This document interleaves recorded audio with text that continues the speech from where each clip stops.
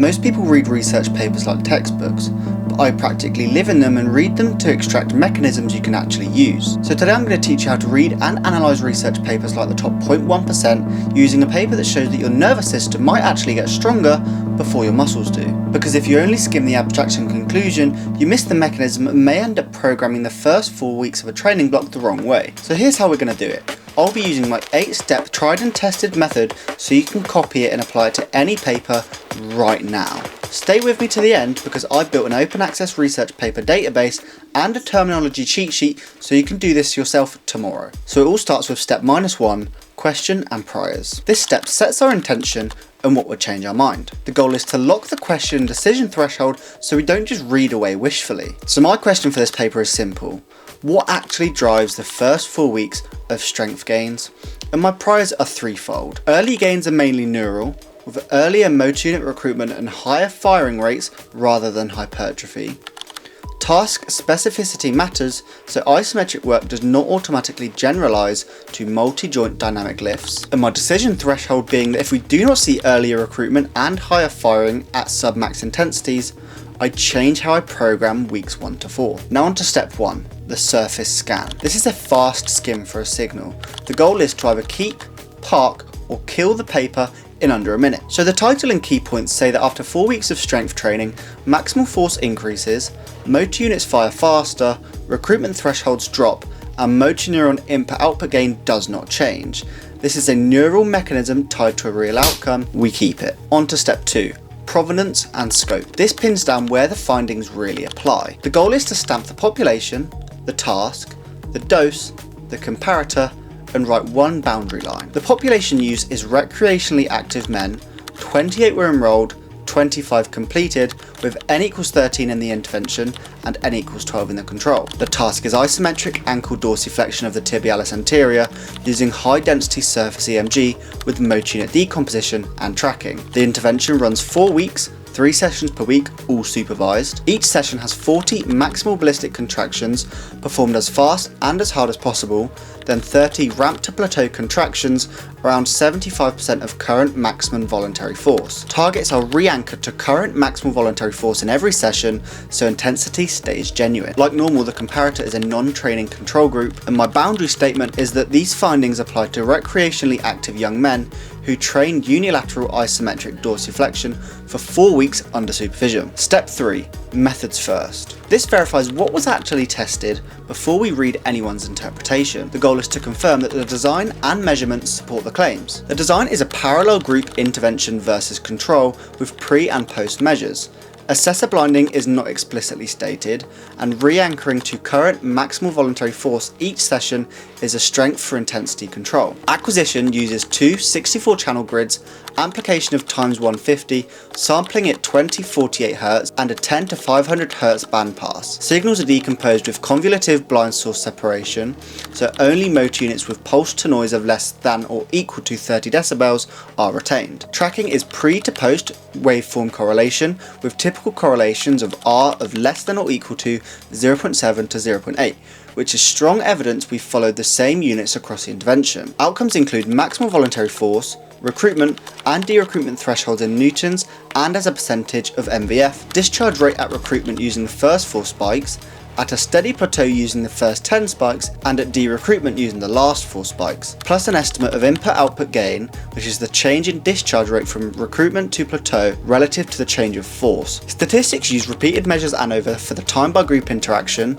and the time by group by phase interaction, with Bonferroni adjustments where needed. Partial eta squared was reported, and the alpha was 0.05. And my method verdict is that there's clean acquisition, robust unit tracking, interaction tests that target what matters, and outcomes at the motor unit level. Step 4, numbers and figures. This is where it starts to get super data heavy. This is where you should copy the numbers without paraphrasing. The goal is to extract the actual deltas, the significance, and the practical meaning. So the intervention group goes from 289 plus or minus 64 newtons to 329 plus or minus 61 newtons. The control group obviously shows no meaningful change. The time by group p-value is 0.006 and the partial eta squared is 0.280. That's about plus 40 newtons and roughly plus 14% versus the baseline. In absolute force, we see 77 plus or minus 24 newtons to 74 plus or minus 23 newtons with a p-value of 0.042 and the partial eta squared of 0.131. In relative terms, as percentage of MVF, we see 26 plus or minus 5% to 21 plus or minus 5% with p-values of 0.003 and a partial eta squared of 0.321. That is a 5-point drop, which is about a 19% relative reduction. Motor units turn on earlier at the same relative force. Now, for discharge rate at the plateau, the average increase is plus 3.3 plus or minus 2.5 pulses per second. This holds across 35%, 50% and 70% of MVF with p-values of 0.015, 0.009 and 0.001 respectively. At recruitment and at de-recruitment, the firing rates do not change. The improvement lives in sustained control during the plateau. And finally, for input-output gain, the change in discharge rate from recruitment to plateau relative to the change in force is unchanged at both motor unit level and the subject level, with a p between 0.39 and 0.6, a massively insignificant p-value. The force increase does not come from a steeper motor neuron gain, it points to stronger effective synaptic drive to the motor neuron pool. Step 5. Mechanism mapping. This places the result on the mechanism ladder and marks what is demonstrated and what is inferred. The goal is to connect neural control to performance without overreaching. So performance improves because maximal voluntary force rises within 4 weeks. Neural control changes in 2 ways. Recruitment threshold goes down, which means earlier turn on. Plateau discharge rate goes up, which means better rate coding under steady load. Input-output gain stays the same, which fits increased synaptic drive to the motor neuron pool rather than retuned motor neuron. The exact source of that extra drive, spinal or cortical, is inferred and not measured. This explains why novices usually hit PRs within weeks without noticeable hypertrophy gain. Step 6. Limits and traps. This constrains the claim and helps to avoid classic misreads. The goal is to protect external validity and timescale while respecting what was and what was not measured. The external validity was that isometric dorsiflexion is not a multi-joint dynamic lift. The transfer is plausible but not necessarily shown in this paper. The timescale of 4 weeks is ideal for neural inference and too short for structural conclusions. There were no cross-sectional area measures. Measurement strengths include high-density EMG, validated decomposition, and pre-to-post tracking of the same units with an R around 0.8. And the traps to avoid from this paper are that neural does not dominate forever.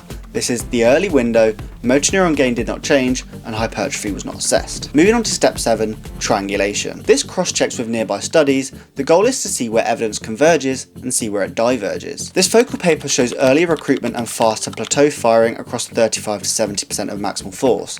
That matches other submax work. In a 6-week study of knee extensors, motor unit discharge rate at 30% of MVC increased from 11.4 to 12.7 pulses per second in the strength training group, while endurance training actually lowered it.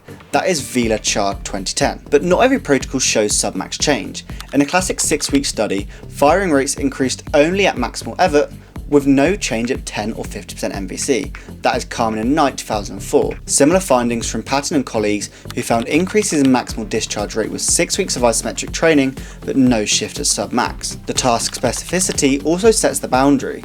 In a 3-week elbow flexor study, strength improved 17% in the trained iso-inertial task but only 7% in an untrained isometric test.